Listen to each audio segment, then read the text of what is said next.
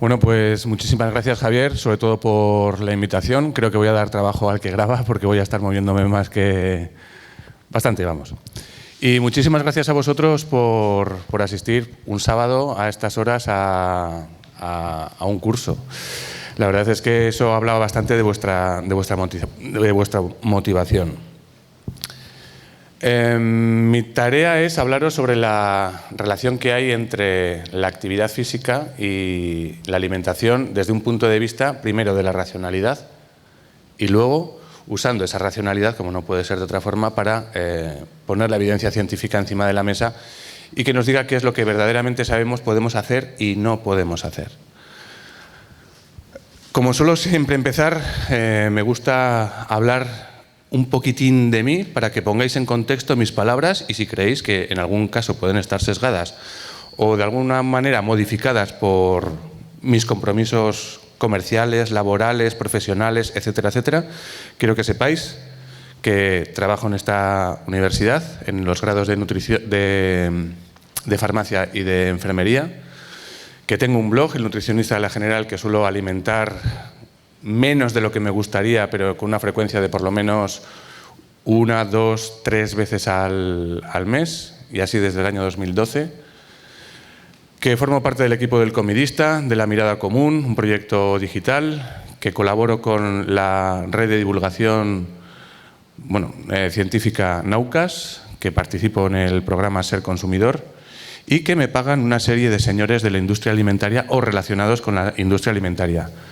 Unos señores que fabrican o que comercializan cogollos, unos señores que se dedican a la generación de kits de diagnóstico genético para la diabetes, Dr. Shar Institute, ¿sabéis? Me imagino que es la empresa que se dedica, entre otras cosas, a elaborar y comercializar productos sin gluten, el Fondo Mundial para International Foods, pues el Consejo Internacional sobre Frutos Secos y Frutos Secos, el Plátano de Canarias, Nutrium, un software, Humosol, señores que hacen aquí al ladito en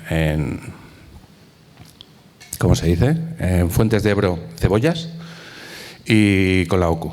Estos son mis conflictos de intereses y tenéis algunos más podéis pinchar en el link ese y os lleva a todos mis conflictos de interés posibles.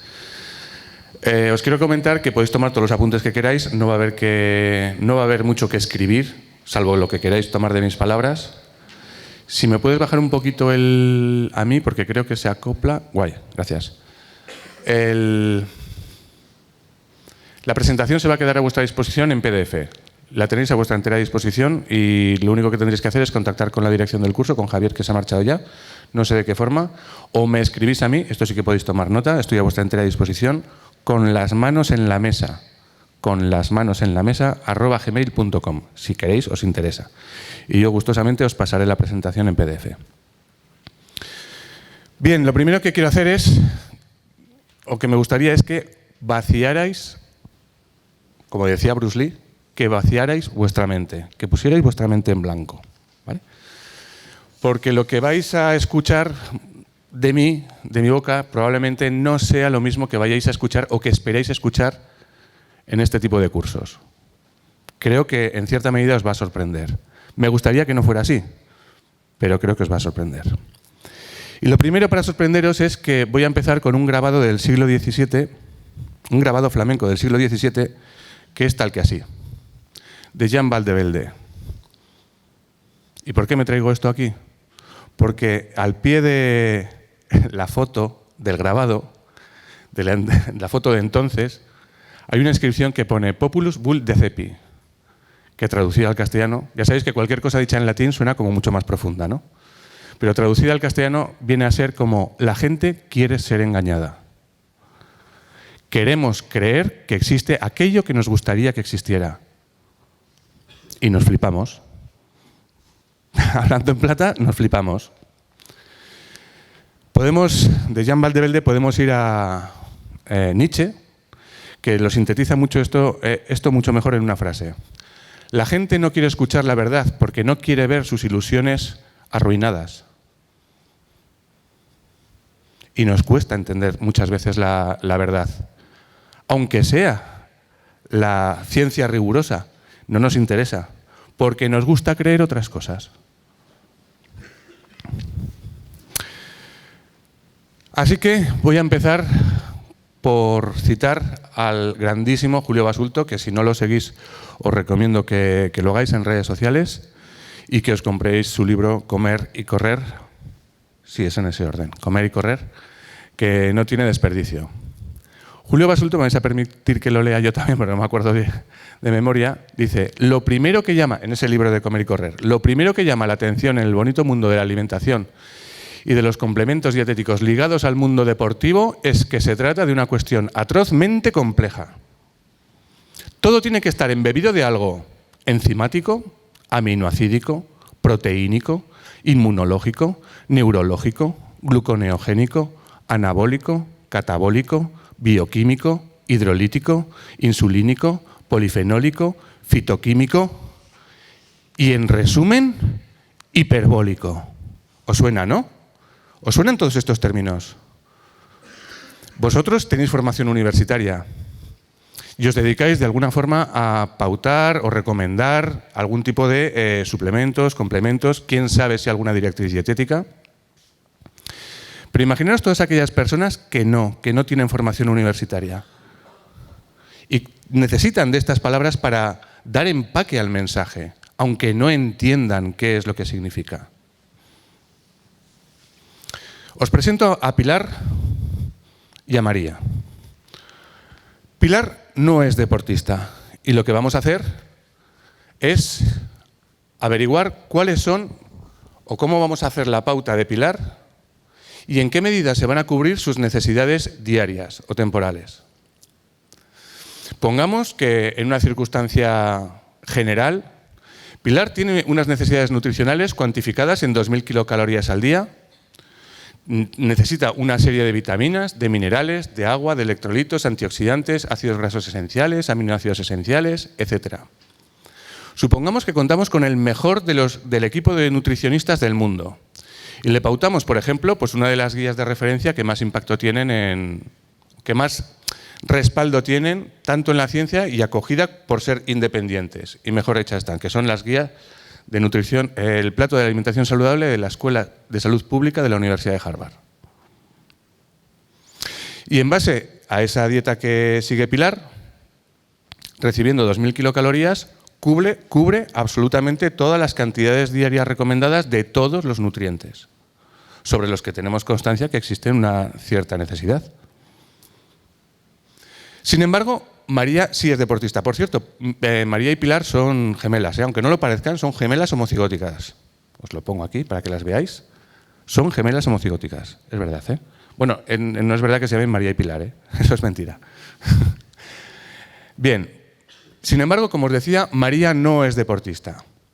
Y ahora os lanzo una pregunta, así para que nos activemos un poquito. ¿Cuál es la primera necesidad que tiene un deportista con respecto a un no deportista relativamente homólogo, mismo género, misma edad, misma talla? Y la única diferencia que tienen es que uno hace deporte y el otro no. ¿Cuál es la primera necesidad? ¿Sí? ¿No lo sabéis? No habrá que empezar tan abajo, ¿no? ¿No? Vamos a hacer una cosa. ¿Nos ponemos todos de pie? Porfis. Y a la persona que tengamos al lado, es un poco rollo con esto de las mesas estas, ¿vale? Le vamos a dar un abrazote. Venga, abrazotes para todos.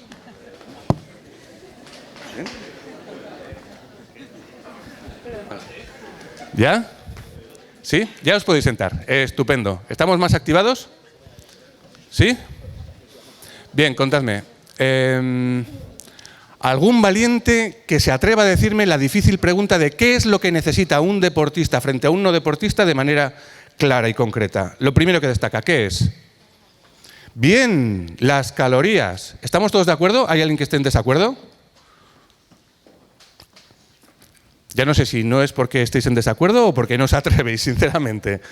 Pero gracias por aquí, por lo de las calorías. Sí, efectivamente. Y por hacer aquello de los cálculos fácil, Vamos a suponer que María necesita tantas como 4.000 kilocalorías. ¿Sí o no?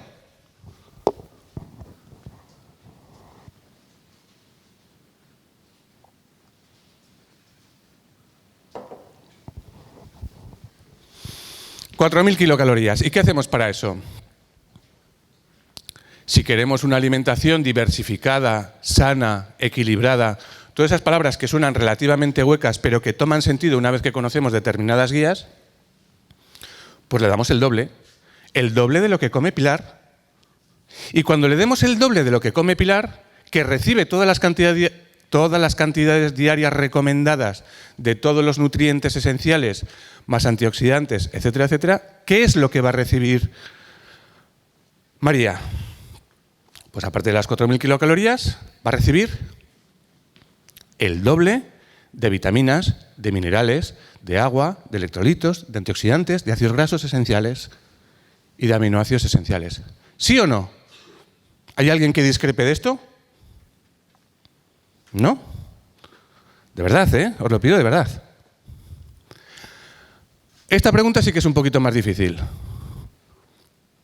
Y os pido que, aunque no os vayáis a pronunciar porque os dé vergüenza y estéis otra vez inactivados, no vamos a hacer otra vez lo del abrazo, ¿no? Que es muy pronto. La pregunta es, ¿alguien conoce algún nutriente esencial de cuyas cantidades diarias recomendadas, básicas y generales para adultos? Os pongo un caso. Calcio, depende de las guías que consultes, entre 800 y 1.000 miligramos al día.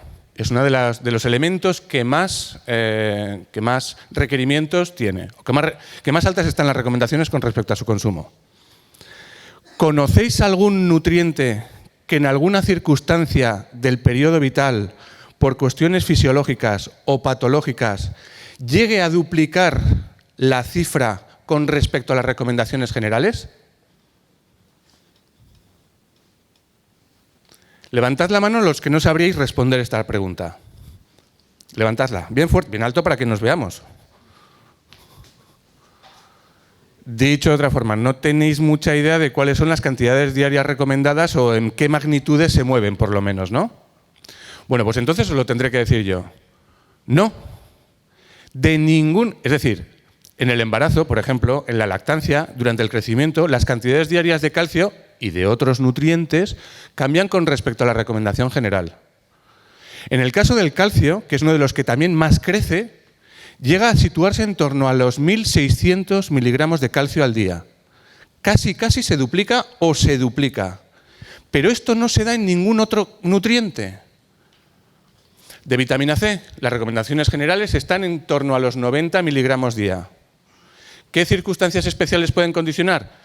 El ejercicio, el embarazo, también se hacen recomendaciones sobre los fumadores. ¿Hasta dónde llega el crecimiento? Perdón, las recomendaciones generales están en 60 miligramos al día.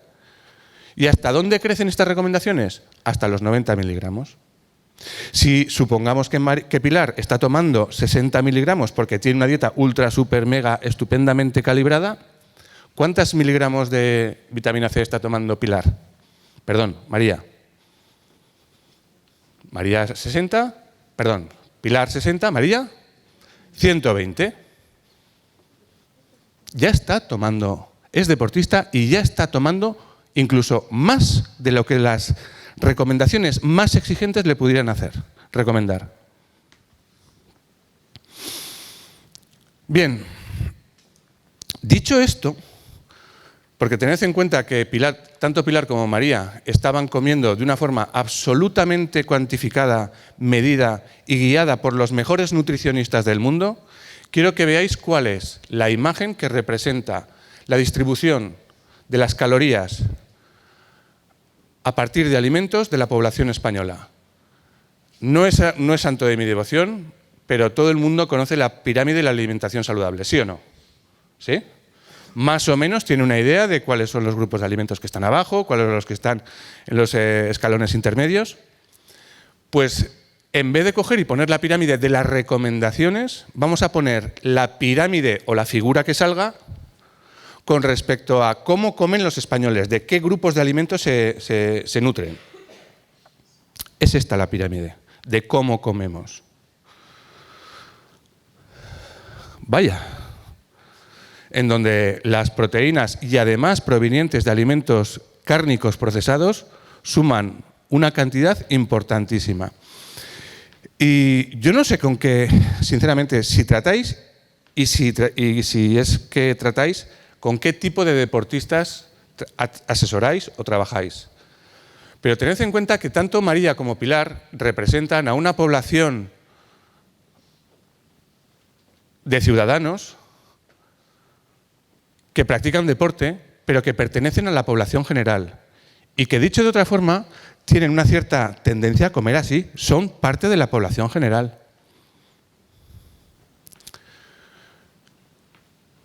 Dicho de otra forma,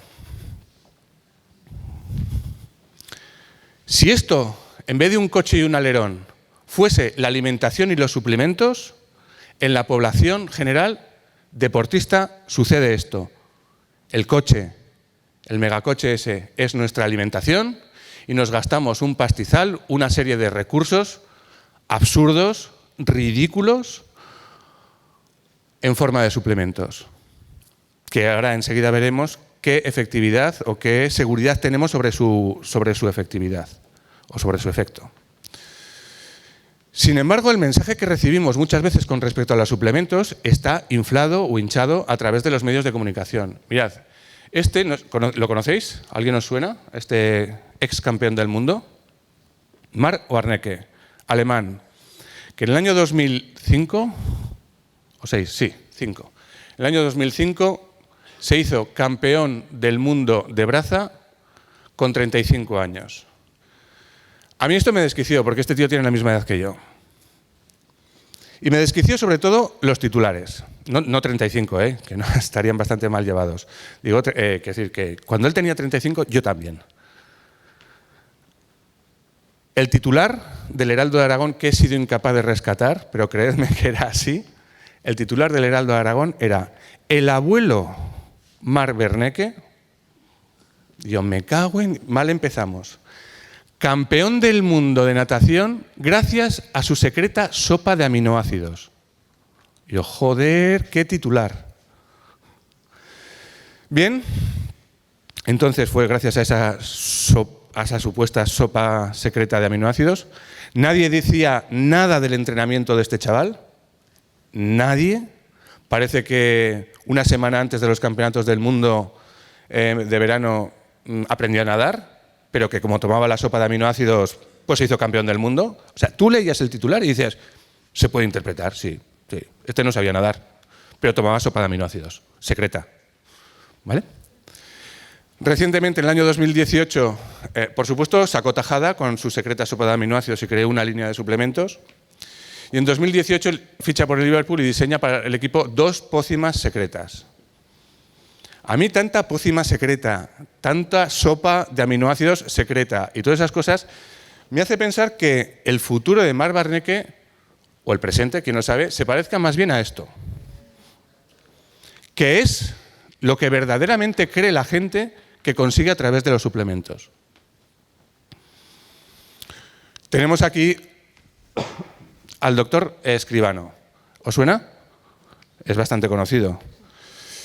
Dice, y además con bastante, cuando vemos los datos, tiene bastante sentido, que ha asesorado a la mitad de los equipos de la Liga Española. Son todos estos los que ha asesorado. Pasaba precisamente por ser el inventor de una serie de papillas milagrosas, que se llamaban así, papillas milagrosas, que por cierto ya no están. Quiero decir, no sé si estén, pero desde luego no tienen el impacto que tenían en los años en los que sucedió esto. Ficha por el Sevilla, año 2006, Supercopa de Europa, 2007 Copa del Rey, 2007 Supercopa de Europa, en el 2006-07 Copa de la UEFA y en el 2006-07 también es elegido el Sevilla el mejor equipo del mundo por la Federación Internacional del Fútbol Histórico. Federación Internacional del Fútbol. ¿Sabéis que existía eso? Lo que pone en Wikipedia.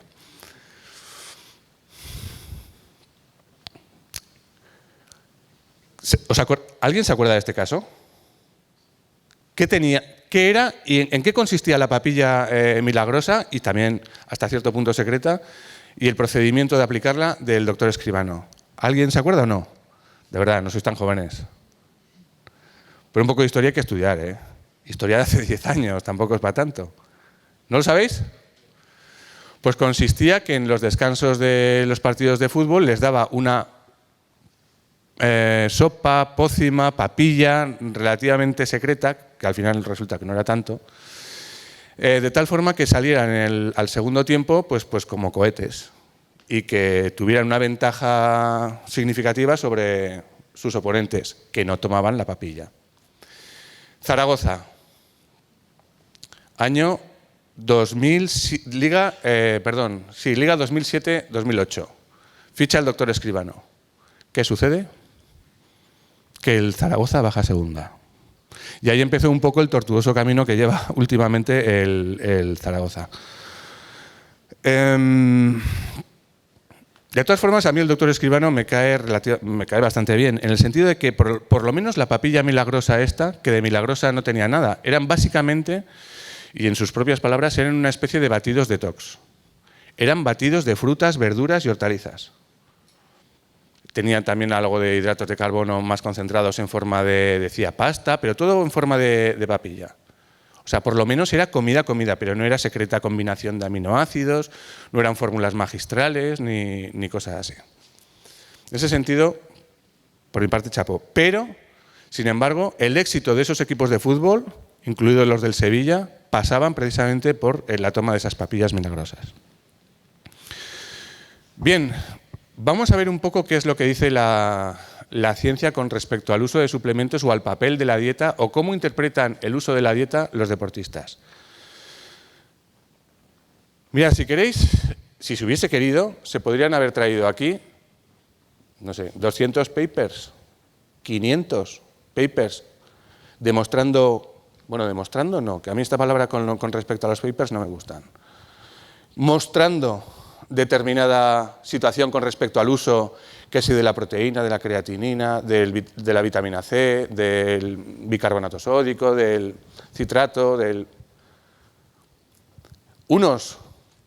esos 500 que dirían que sí, y alguien podría haber traído debajo del brazo otros 500 que dijeran que no. Hombre, básicamente de estos que he citado precisamente, igual no tanto, no hubiese encontrado tantos. Pero sí con respecto acerca de las 200 sustancias que se suelen incluir en los suplementos. 200. Y tendremos artículos a favor y tendremos artículos en contra. Con lo cual, lo que tendríamos que hacer, lo que necesitaríamos, es obtener un destilado de los resultados, o por lo menos de las conclusiones de cada uno de esos estudios. Y en virtud de su calidad, de su sesgo o no, de su metodología, del número de muestra, de si es observacional o si es de intervención, obtener pues, lo que se llama una revisión metaanálisis. Un destilado con respecto a esa determinada materia. Pero yo no me he traído esos 500 por un lado y 500 por el otro, porque además sería descorazonador. Lo curioso es que la población suele creer, los que tienen una visión positiva con respecto a la eficacia y seguridad de estos suplementos, y rechaza los que no encuentran ese beneficio. ¿Por qué? Pues porque ya lo decía Jan Valdevelde, porque la gente quiere ser engañada, quiere creer eso. No lo he hecho y en su lugar me he traído 2 de las últimas revisiones, solo 2, y no voy a hablar de más, 2 de las últimas revisiones que se han publicado con respecto a la eficacia de la dieta, del estilo dietético y de los suplementos. Una es de hace un año, del 2018, y es del Comité Olímpico Internacional, y se llama Consenso sobre el uso de suplementos en atletas de alto rendimiento. He puesto así el martillo de Thor porque me parecen unos sopapos que la verdad es que nos deja así un poco como ¿qué? ¿Me estás contando? ¿Esto viene ahí? ¿Sí? Sí, viene ahí. Por ejemplo, a día de hoy supone un importante reto obtener una sólida base de evidencia científica sobre los suplementos que dicen que mejoran el rendimiento. Cuando tú abres la revista Men's Health, o cuando abres la revista Muscle and Fitness, o cuando abres la revista, que no sé cómo se llaman, que yo la única que sé que existe es la de Men's Health, y lees sobre los suplementos, tanto los artículos como la publicidad, dices, joder, Esto es así. Aquí no habla de que se necesitan sólidas evidencias científicas o de lo que cuesta obtenerlas. Aquí dice que esto funciona. Sin embargo, los que saben de esto, este documento está realizado por, me parece que son 16 expertos. Y está basado en la evidencia científica. Es decir, en una serie de recomendaciones, al principio, no muy halagüeñas, aquellas que son recomendaciones de grado 1, no son especialmente halagüeñas con respecto a lo que espera la gente. Lo tenéis para descargároslo ahí, y si no lo encontráis, me lo pedís en vuestro correo y yo os lo adjunto. Segundo, existen unas pocas excepciones con respecto a esos que ya no hace falta tanta evidencia, y en la mayor parte de los casos hay una importante escasez de investigaciones. 3. La mayor parte de los estudios disponibles no son de la calidad suficiente como para justificar su aplicación en atletas de élite. La gente tiene constancia, y esto lo vivo a día en las aulas de la universidad, de que si está en PubMed, va a misa. Ya vale. Y esto no es así. Seguro que tenéis alguna idea de que hay coches buenos y coches malos, ¿verdad? Que es algo como bastante... que hay teléfonos buenos y teléfonos malos, o peores, ¿sí o no? Que tenemos relojes buenos y relojes malos, que tenemos bolis buenos y bolis malos, planchas buenas y planchas malas, frigoríficos buenos y frigoríficos malos. Y hay estudios buenos y estudios malos, exactamente en la misma medida. Y hay algunos estudios científicos que están publicados en revistas con factor de impacto y que por lo tanto figuran en la base de datos nacional de medicina de los Estados Unidos, que es PubMed, que son una castaña. ¿Por qué? Porque las revistas son una castaña. Tienen un factor de impacto mínimo o ridículo. Que lo único que hace falta para publicar en ellas es... ¿Qué creéis que es lo único que hace falta tener para publicar en ellas? Dinero. Sí, señor. Esto no sucede en todas, afortunadamente. Entonces, las más independientes generan normalmente, no siempre, ojo, que también hay excepciones, normalmente estudios de alta calidad, y las menos independientes, pues estudios de menos calidad, también normalmente, que a veces te encuentras tus excepciones. Decía Ben Golacre, el autor de... no lo voy a decir, porque no me acuerdo.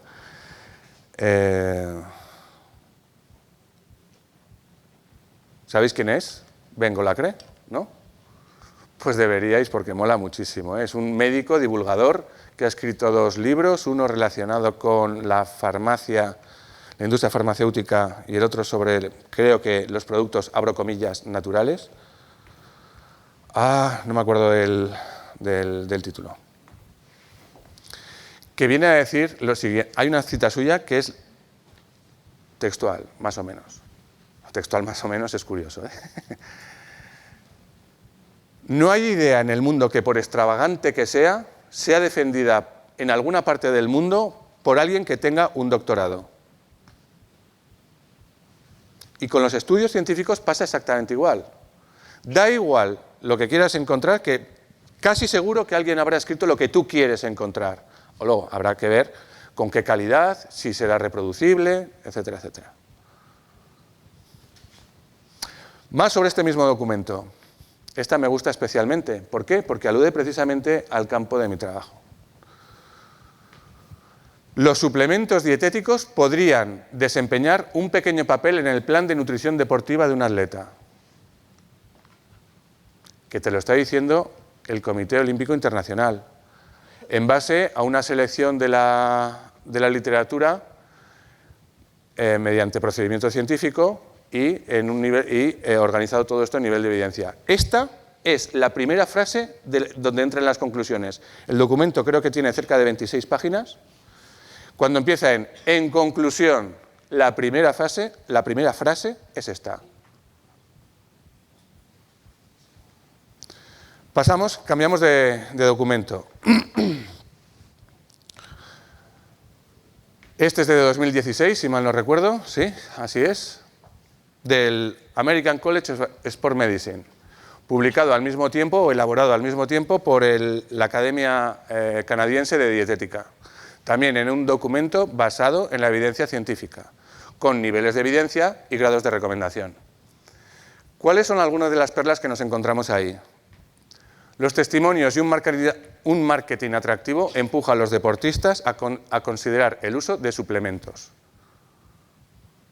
Es decir, no es la evidencia científica, no es la consulta con un profesional especializado en la materia y que además tenga una ética coherente con la evidencia científica, porque ahora veremos otro dato. Los suplementos deportivos representan una industria en constante crecimiento, pero la falta de regulación en su fabricación. La falta de regulación en su fabricación. ¿Qué quiere decir esto? Que muchos de los suplementos que están permitidos en su comercialización incluyen sustancias no permitidas. Y no es una adulteración, no es una contaminación, es una adulteración. Están ahí porque el que produce el suplemento quieren que esté ahí. Falta de regulación en su fabricación y comercialización, lo que significa que los atletas pueden ser víctima de publicidad falsa y afirmaciones sin fundamento. Más cosas. A mí me parece un dato aterrador. Tened en cuenta que la mayor parte de la población general no come bien, que los deportistas a los que asesoramos forman parte de la población general y que la prevalencia mundial de suplementación entre los deportistas es entre un 37 y un 89%, predominando fundamentalmente o siendo especialmente grande entre los atletas de élite y los atletas amateur mayores, de mayor edad. Es decir, no comemos bien, pero hasta el 89% utiliza los suplementos. Coño, curioso. Más. Pocos atletas realizan una evaluación de sus hábitos nutricionales básicos por parte de un profesional. Por parte de un profesional cualificado y éticamente formado. ¿Esto qué quiere decir? Que si un atleta coge en la revista la que sea o su entrenador o su lo que fuera le pasa un cuestionario de, por ejemplo, ¿quieres saber si comes bien? Eso no es, ni muchísimo menos, una evaluación de los hábitos nutricionales llevada a cabo de forma profesional. O sea, preocuparse por lo que comes no es una evaluación de hábitos nutricionales básicos. Preocuparse está bien, es el primer paso, pero luego tienes que ir a los sitios donde te van a hacer una correcta evaluación, que normalmente va a ser un profesional de la nutrición, de la dietética. Las prácticas de suplementación son a menudo guiadas por al loro. ¿Quién dice que toma el deportista? ¿Los familiares? ¿Los amigos? ¿Los compañeros de equipo? ¿Entrenadores? ¿Internet? Y comerciantes, en lugar de dietistas u otros profesionales de las ciencias del deporte.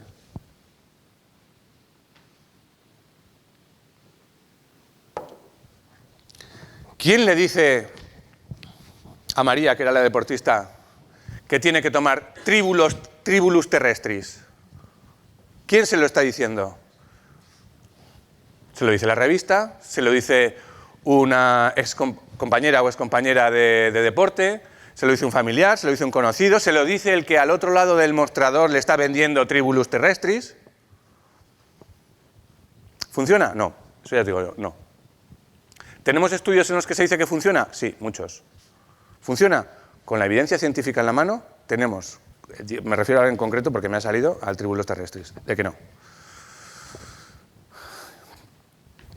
Esta mola también. Como no podía ser de otra forma, me gustaría hablar de las proteínas, porque es el tótem de la alimentación del deportista. Y dice este documento: las recomendaciones para la ingesta de proteínas varían entre 1,2 a 2 gramos por kilo de peso corporal y día. Para los deportistas, porque las recomendaciones para la población general, como me imagino sabréis, son 0,8 gramos por kilo de peso corporal y día. Sí están más aumentadas, pero ¿recordamos cuánto está comiendo Pilar si comiera? Supongamos que María... Perdón, ya me estoy liando entre María y Pilar. ¿Recordamos cómo comía Pilar? Comía perfecto, era la no deportista. Cómo comía perfectamente bien, con lo cual por lo menos estaba llegando a esos 0,8, quién sabe si 1 gramo de proteína por kilo de peso corporal y día. ¿Cómo estará comiendo María entonces? Pues por lo menos entre 1,6 y 2. ¿Sí o no? Parece bastante lógico. Y además en este documento se hace una expresa mención a un dato característico. Que no hay que hacer, que no merece la pena hacer diferencias o mayores diferenciaciones entre deportistas de resistencia y deportistas de fuerza. Esta cifra, que ya tiene una horquilla bastante amplia, de 1,2 a 2, tiene una horquilla bastante amplia. Estamos hablando de un 100% y un más menos 80%. Ojo, es bastante grande. Perdón, 40%. No, 80 no, 40%. Y dice a continuación, esto hay que hacerlo con alimentos. Es fácilmente alcanzable con alimentos. Porque otra de las cosas que tiene este maravilloso documento basado en el escrutinio de la literatura en base a la evidencia científica es lo siguiente: no hay ventana metabólica. Puedes comer entre las 3 y las 5 horas después de haber hecho ejercicio y no pasa nada. Básicamente lo que te está diciendo el documento es que, coño, come. Pero como todos, hagas o no ejercicio, come. ¿Vamos a encontrar argumentos de que la ventana metabólica es más o menos estrecha, más o menos grande, es un portalón o es un ventanuco? ¿Que tienes que comer en los 2-3 minutos? Sí, la vamos a encontrar. Y cuando leemos artículos de revisión y metaanálisis, pues no parece que eso esté tan claro. Por lo menos que esté tan claro.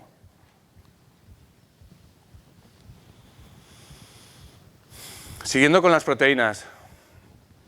¿Cuántas proteínas comemos los españoles? Antes hemos visto lo de la pirámide, el reparto de más o menos cuál es el reparto de alimentos o cómo hacemos la ingesta de calorías en virtud del reparto de alimentos. ¿Tenemos alguna idea en concreto de cuántas proteínas consumimos? Sí. La ingesta media de proteína en los hombres en España es de 109 gramos de proteína al día y de las mujeres 88 gramos. Esto viene en la evaluación nutricional de la dieta española NIDE 2012. ¿Esto qué quiere decir? Que si tuviéramos que adecuar la cantidad de calorías, de proteínas que estamos tomando, si fuésemos exactos con la cantidad de proteínas con respecto a las recomendaciones, el peso medio de los varones españoles sería de 136 kilos y de las mujeres de 110. Dicho de otra forma, ya estamos tomando la proteína que necesitan los deportistas, incluso no siéndolo. ¿O es que acaso toda la población española es deportista, se considera deportista?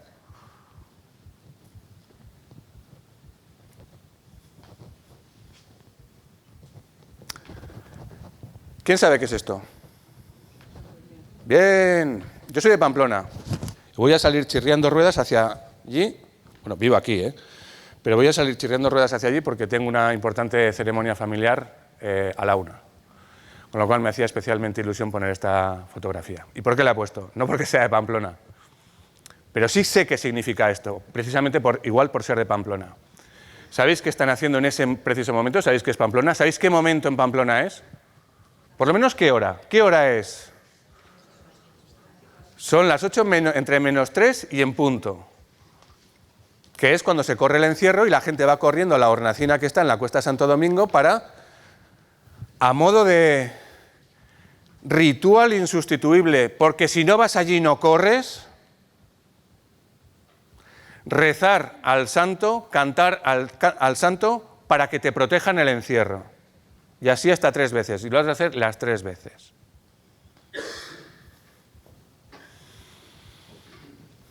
El uso de los suplementos en el deporte tiene mucho de esto, tiene mucho de ritual. Ojo, y no es malo, no tiene por qué ser malo. Intrínsecamente no suelen funcionar, y cuando funcionan, funcionan en un grupo concreto de gente. En ese momento, quizá 20 años más adelante, no.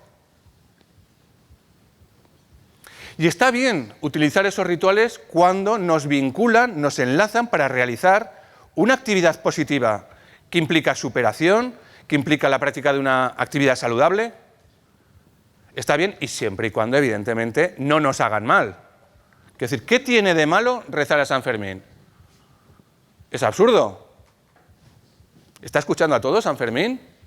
¿Recordáis a Como Dios, cuando recibe los mensajes, ¿cómo se llama el actor? Jim Carrey, cuando recibe las plegarias, él se convierte en Dios y en un momento dado empieza a recibir las plegarias de todo el mundo. Se satura. Joder, imagínate a todo el mundo rezando.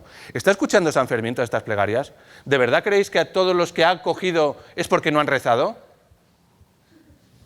¡Qué cabrón San Fermín, si fuera así! Sí, te he escuchado, pues me da igual. No tiene sentido. Y muchas veces el uso de suplementos tampoco. Bueno, no tiene sentido, pero tampoco es malo. Intrínsecamente malo. Y con los suplementos, los buenos y los que no tienen algún tipo de adulteración, también. Con lo cual, me voy a despedir con las 3 reglas de los suplementos dietéticos del doctor Ronald Ron Vaughan, que es quien ha sido profesor emérito de no sé cuántas universidades, incluidas las de Oxford, quien ha sido también, ha formado el documento que habéis visto del Comité Olímpico Internacional, estaba encabezado por él, era el primer autor, y que tienen una amplia experiencia en todo lo que hace referencia a la suplementación y también al dopaje. Estáis ansiosos, ¿no?, por conocer sus 3 reglas. La primera, si funciona, el suplemento probablemente esté prohibido. Segunda regla, si no está prohibido, probablemente no funcione. Y tercera regla, probablemente existan algunas excepciones a estas 2 reglas anteriores. Se me ha olvidado, quería haber puesto una diapositiva y se me ha olvidado, me cago en la leche, me acuerdo ahora, no me da tiempo, ¿no? Pero la comento, me da igual. A modo de pregunta,